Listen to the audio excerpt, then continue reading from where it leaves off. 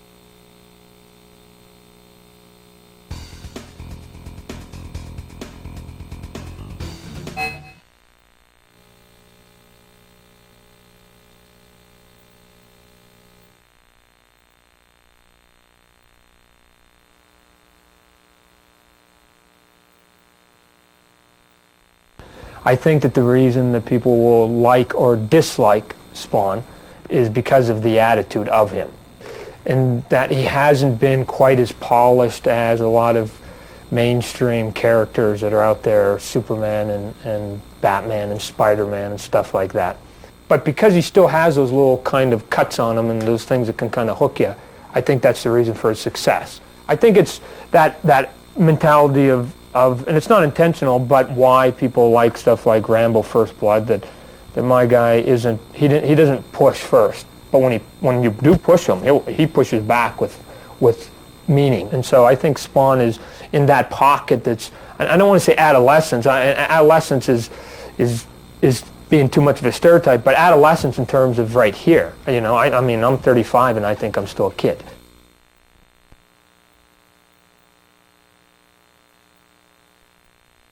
When I look at a lot of video games, I look at them more for, like, if I could play it, would that be cool? And so, again, when I go to video arcades and stuff, I can sit there and go, well, I've never played any of these, but if I was gonna plunk down my 50 cents, this would be the game right here, because it just has, again, either a feel to it, the characters are neat, the action's kind of cool, the sound effects, something there that, to me, this is the best one in the room there's a million fight games out there on some level. There's a million scrolling games. So how can we kind of take little bits and pieces of these things and not create something completely original, because it's like, you know, none of us are that good that we can come up with that wholly original idea, but how can we make this thing slightly different? That's really the goal. I'm trying to keep Sony in the mindset, and they've been very good so far, of trying to go, let's just do a little bit of this and this and this, and we hope that the whole becomes better than the parts.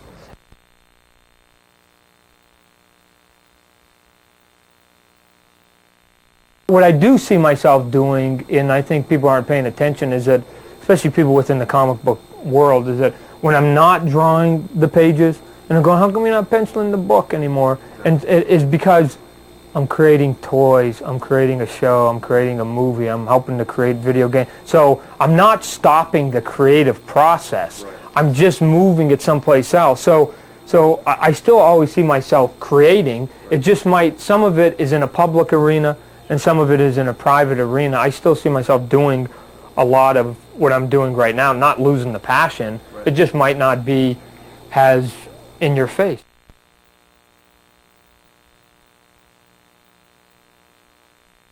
At the end of the day, I go play ball. I take the kids for a walk in the park and, you know, say hi to my wife, and I'm pretty bland, you know. It's just that, because I think people have an odd tendency to say, what kind of psycho thinks these things up? But the thing is at least in my example here, and I got to believe most of this is true, I sleep like a baby. I don't remember my dreams, and when I wake up, I feel good and I feel refreshed, and then I go into my office and I create mayhem.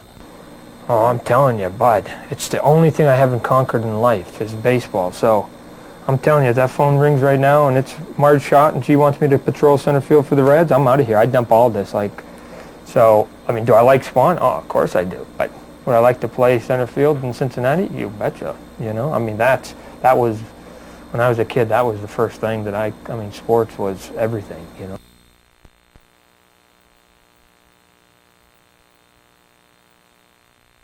To get the gospel spread, you have to do these things, and part of getting people to know about your product is you have to, like, get it out to literally millions of people. You have to use these vehicles, movie being one of them, that are accessible ways to get people to it, and you just go, okay, well, we needed a movie. We needed a video game that maybe sold 3 million units. It's too bad it didn't sell 30 million units, right? You know, because again, every guy doesn't have one. So, well, who doesn't have one? We got to go hit him with something else.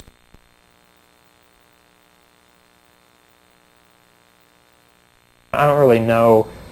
You know, again, what can you do with most superpowers? People have asked me, like, if you could have one superpower, what would it be? Well, that's an easy one, world peace. You know, okay, I'm done. You know, and it's like that. You're done in one day. But anything less than that, you know, is kind of like, well, what are you gonna do with it? It's like, if I had superpowers, I don't know that I'd save anybody from bank robbers. I'd probably just make sure that I took care of all the little personal things in my life. You know, so. That guy's had my lawnmower for 3 months. I'm gonna kick his friggin' garage in. I'm gonna get my lawnmower and piss on him if he wants it. You know, it's mine. So and that makes sense to him. So he functions on the small level, given that he's a pawn in a chess game called Armageddon between heaven and hell. So here's the big thing. But he doesn't get it. It's too much for him. But he gets the little personal stuff. All the other stuff that heaven and hell is kind of throwing down upon him is just noise, and he just wants some peace and quiet.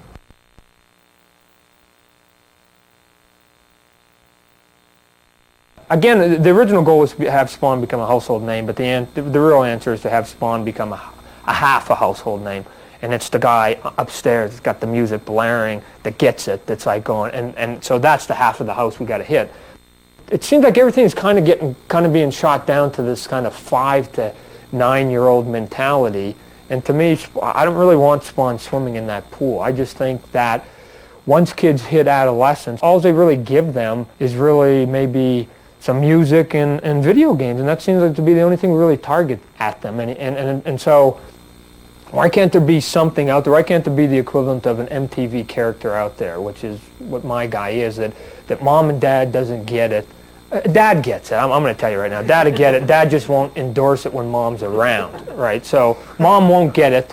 So she's not going to endorse it. Dad just goes, just keep it away from mom.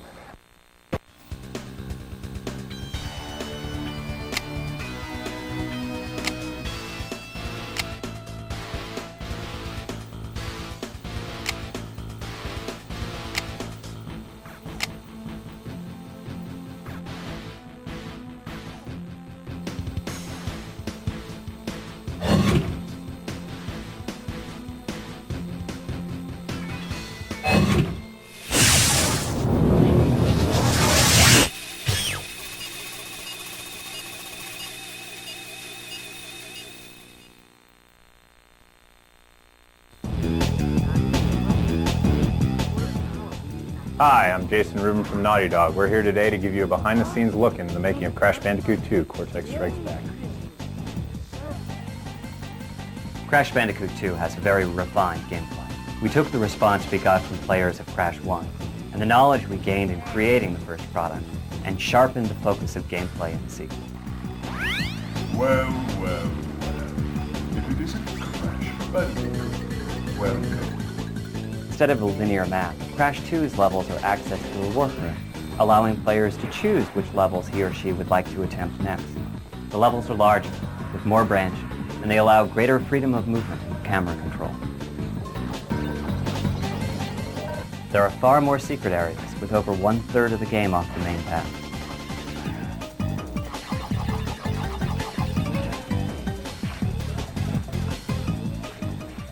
The art's changed drastically between Crash 1 and Crash 2. Crash 1's engine was thrown out.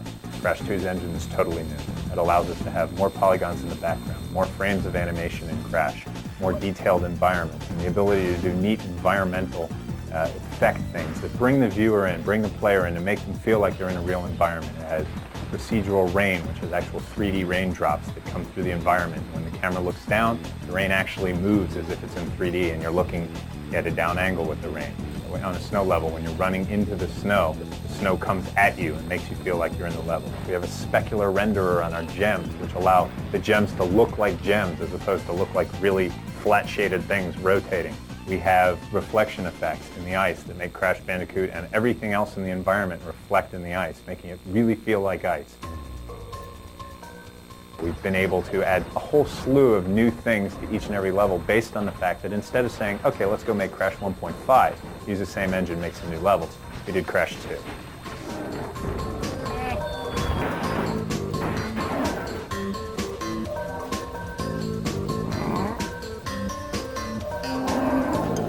The character animations improved greatly. We have 15 times as much storage for animation in the game and over 20 times as much animation total in the game, allowing almost every death to have its own unique animation that goes along with it.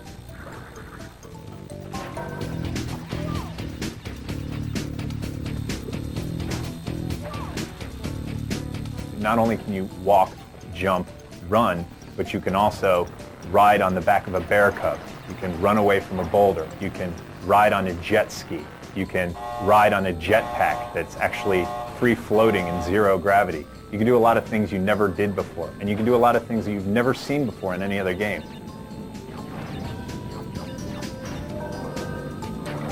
For example, there are levels where Crash can jump up in the air, spin around, and dive underground, creating a little mound, and he can then move around as this mound, getting by everything that's on the surface, but still attacking them by sticking his arm up and spinning them away.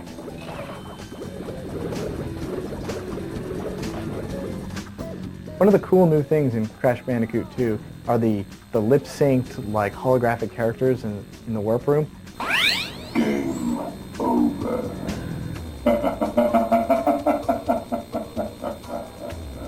These are particularly cool because they're a combination of tons of people on the team's individual efforts. You got, like, animators who had to do the facial expressions, the lip-syncing with the dialogue, the textures.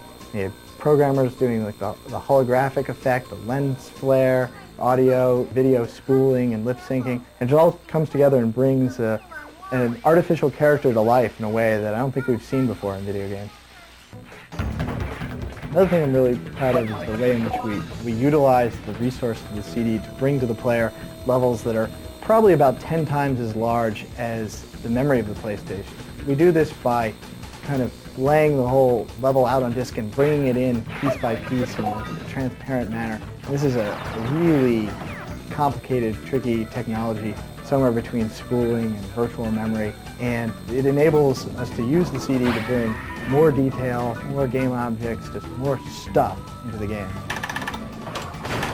Another thing we're proud of is the sheer number of polygons we muscle through the Crash engine. Just a real lot of detail on the screen, and I think that we can pretty much say that no other next generation game has as much background detail as Crash does.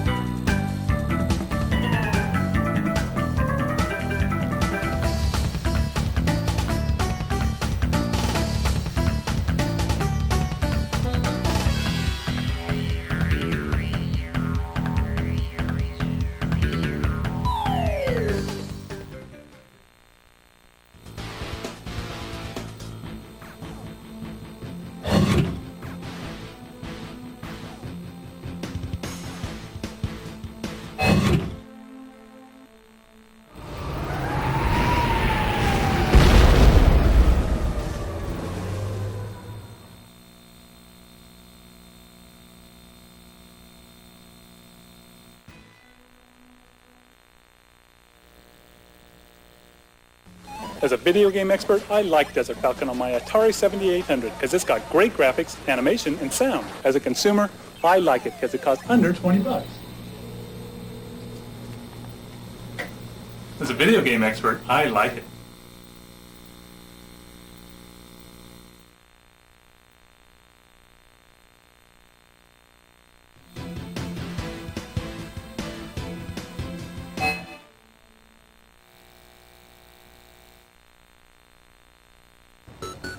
Over 40,000 comic book fans recently came together in San Diego, California for this year's Comic-Con International.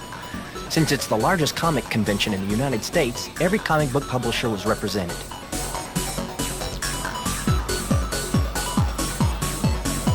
Because many of the comic characters also star in the hottest video games, the PlayStation folks were on hand to give conventioneers a taste of the upcoming titles. The PlayStation Underground brought the cameras along to show you what goes on inside a comic convention of this magnitude. As you can see, comics were not the only focus of this show. Many of the booths were lined with toys, games, collectibles, and every other comic-related item you can think of. These are just a couple of the comic characters you'll see in upcoming video games. And this is just some of the cool stuff that can be found at every booth.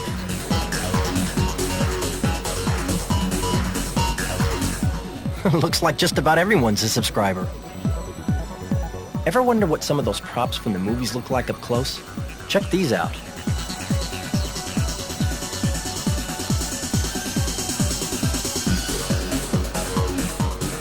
Where comic book art leaves off, gameplay begins. Can a comic book such as Spawn be successfully translated into an interactive video game? Fans at the show seem to think so, once they tested the upcoming Spawn game on PlayStation. They also took a liking to the PlayStation Underground CD, grabbing up thousands of copies, as well as other valuable reading material. If you get the chance, we at the PlayStation Underground highly recommend attending Comic-Con International. You never know who you might meet.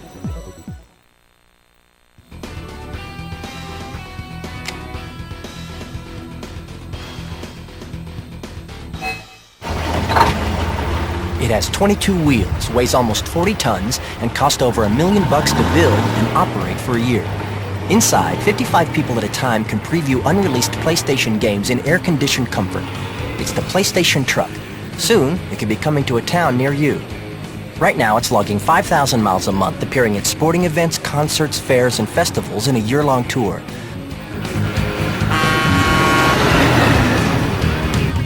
What makes it all work out? Special technology and a unique team of 3 people. I've been driving the bigger trucks probably 30 years. Well, it's the smoothest ride I've ever had because of the additional axle on the trailer. I got lucky and got 2 good guys to work with. We got a good thing going, the 3 of us here.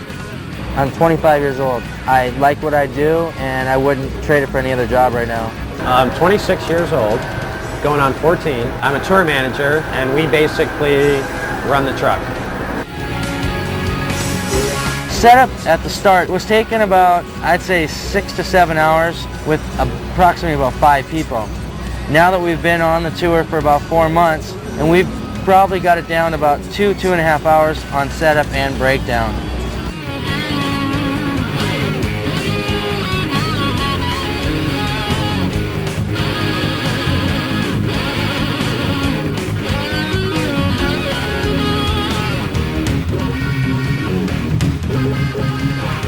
The Sony PlayStation Truck can hold 55 people at one time. There's 33 consoles in there that are the top games. There's about 12 to 13 unreleased games. Our featured game today is Kart World Series. This Kart World Series is not yet on the market. This truck has just about everything that your living room would have. We have nice recliner leather chairs. We do have a big screen TV, which is an 8-foot video wall that we run championship games on it. It's by far the #1 exhibit at any place we go to. People don't know exactly what we are or who we are, but as soon as they find out, everybody's there. The truck opens up both sides, boom, you get people, people, people, people. You gotta almost tear these kids' fingers off the controllers to get them out of there to let some of these other people in line. Our target demographic is 15, 16 to 25, but we get 5 to 50. I love this truck. This is a pretty cool truck, actually. Parents come up to, the front of a very long line and say, oh, my child's in there, I just have to get my child, we've got to go. And then coming in the truck and seeing that parent tucked away in a corner somewhere, just going at one of the games. It's got a lot of PlayStation games in it, for one. A lot of TVs, a lot of hookups. Sound system's great.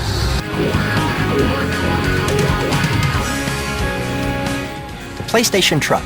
60,000 visitors in the first 5 months. It could be coming soon to a parking lot near you. Check PlayStation on Tour at www.playstation.com.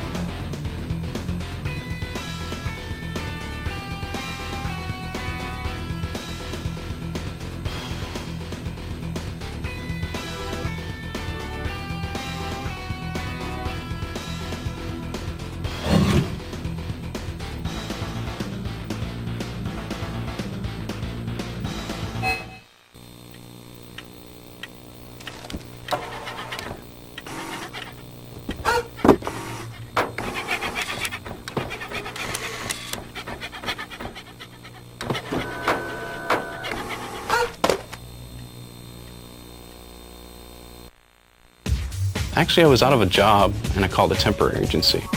They asked on the phone if I'd like to play video games. I was like, yeah. They did a phone interview and I came in for a training for a week and passed the training and started in consumer service. How I see people breaking into the industry is like through consumer service or the test department. And what consumer service does is answer technical questions on the PlayStation, warranty and stuff like that. Whenever you have a problem with a PlayStation, you call up our 800 number and we'll help you out with it. Hello, this is Matthew. I actually started as a tester, and so I knew people who worked here at Sony, and I heard that there was openings here in consumer service. I'm a senior tip writer. Basically what I do is I write tips, hints, strategies, whatever for Sony published games. I started out working some customer service, and from there I went into their test department after about a year. I would like to get into game design or going into 3D animation. What I'd like to do in the industry probably over time is do like produce or games, which like starting as like associate producer, assistant producer. Game design would be really good. But personally, I wouldn't mind getting into the development side. I joined Sony about 3-4 years ago with Dave Jaffe. And the first project we worked on together was Mickey Mania, that was on Traveler's Tales. Since then, Dave and I originally started Twisted Metal 1 together. He went on to complete it. I peeled off and worked on Warhawk. My most recent project is Jetmoto, and I've been exec producing over Jetmoto 2 with Brian Wicklum. I'm somewhat prejudiced against producers who have never been through test, and there's not a lot of them. The testers are in a sense a test bed for the guys who've had the game for 2 months, 3 months. And those are the guys, I think, that really are the test of your audience. But for the real gamers, which the industry is getting bigger and bigger, and there are more and more real gamers out there, they want their games to give them an experience, something that lasts. I don't think a sane person would do this. A tester's responsibility is to basically test the functionality of a game. For example, a product like Crash Bandicoot, their responsibility is to die at every location, test all the TNT crates for dying, test all collision, all the walls, barriers, get to the end of the level, collect all the little goodies, secrets, hints, stuff like that. So basically, they need to check everything. I mean, it's not just play it. Play it is something other than testing. Because you see so much product, because you live with it, eat it, breathe it, you become exposed to so many different products that you get more experience in a particular genre, in a particular mechanic, than people get in a lifetime of game playing. If you have your most hated video game, I would say play it for a month straight. If you can do that and continue to play it regardless, I'd say then, yeah, you can be a first-party tester. Who wouldn't want a job playing video games? Greatest job in the world. Very difficult and challenging. Stressful, rewarding, and I love it. It's the greatest job in the world. More stressful. Awesome. Tell me to buy a brand new car. I can't believe they pay me for this. I'm addicted to video games. My job rocks! Like that's chicks. The job's absolutely wonderful. I love this job. Oh, I love it. It's fun. I love my job. It's the least stressful job I've ever had. It's excellent. Lots of overtime, but lots of fun. It's the bomb. Can't beat it. This is the best job I've ever had. The working here got me this game. I think the most that I like about my job is that I get to see games before my friends. I like it a lot. A lot. Most all the jobs start off temporary. Just call a temporary agency. Well, if you want a job from me right now, I'd say just send me a resume.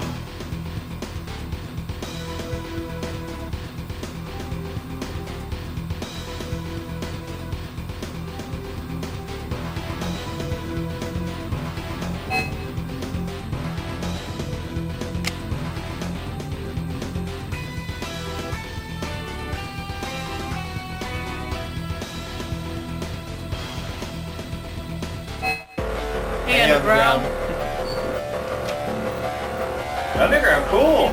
Hi. And here we see the lovely Susan Michelle. Thanks. Hi. What are you guys doing? I'm being ill and playing the calculator. Cut myself out of it, doesn't matter what you do. Right into the camera.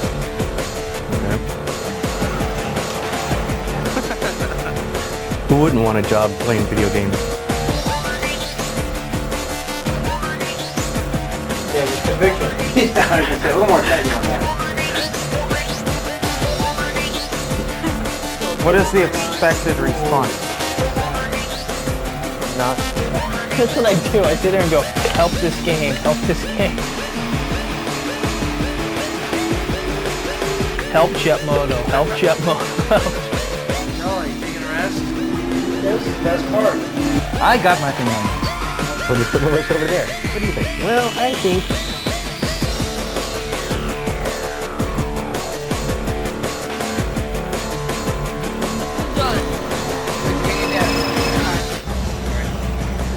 Microphone has feet to where it's not. We are definitely the hottest thing wherever we go. Oh yeah, that was a great answer.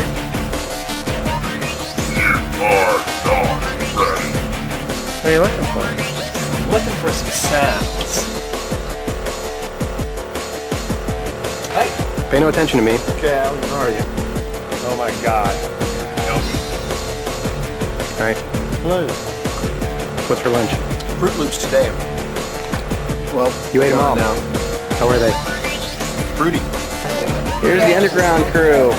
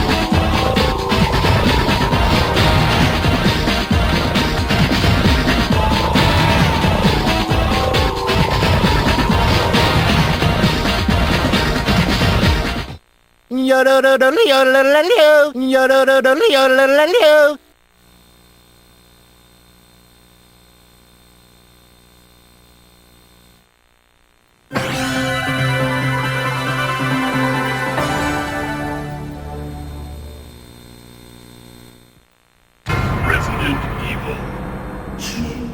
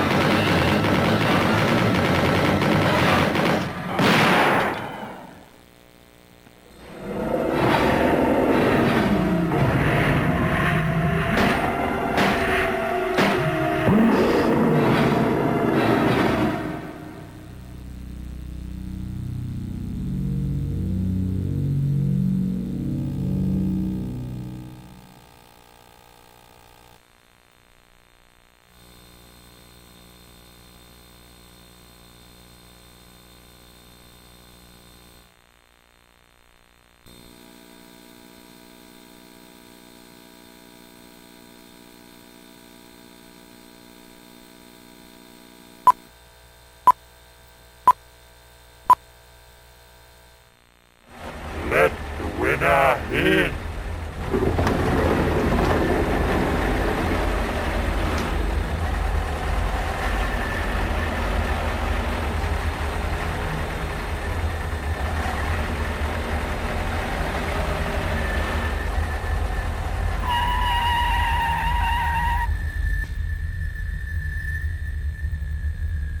Congratulations! You have won my contest. Welcome to my home. As you know, Mr. K, you are now able to claim any prize you request. You just don't know. You don't know what it was like for me. And you, and them. You don't know! Look, I'm a bit confused, Mr. Kane. You do understand, by winning High Octane, you are entitled to any request of any value. And yet, you ask me for this? Oh, man. Give me that. Give me! A paper bag? You can't be serious. Oh, man.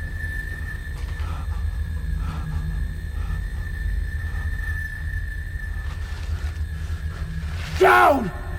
Down! You get down the street! You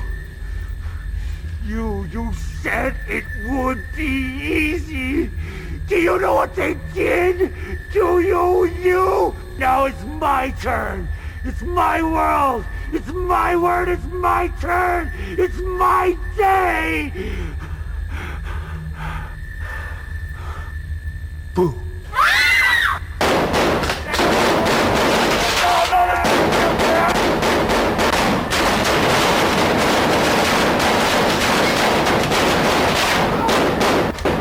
The pineapple!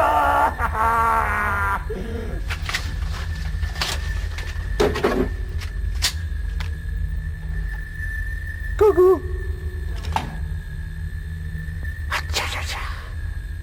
Young lady, I owe you a debt of gratitude. You are welcome to stay in my realm for as long as you desire. You guys are both sick. I'm getting out of here, and I'm taking your truck.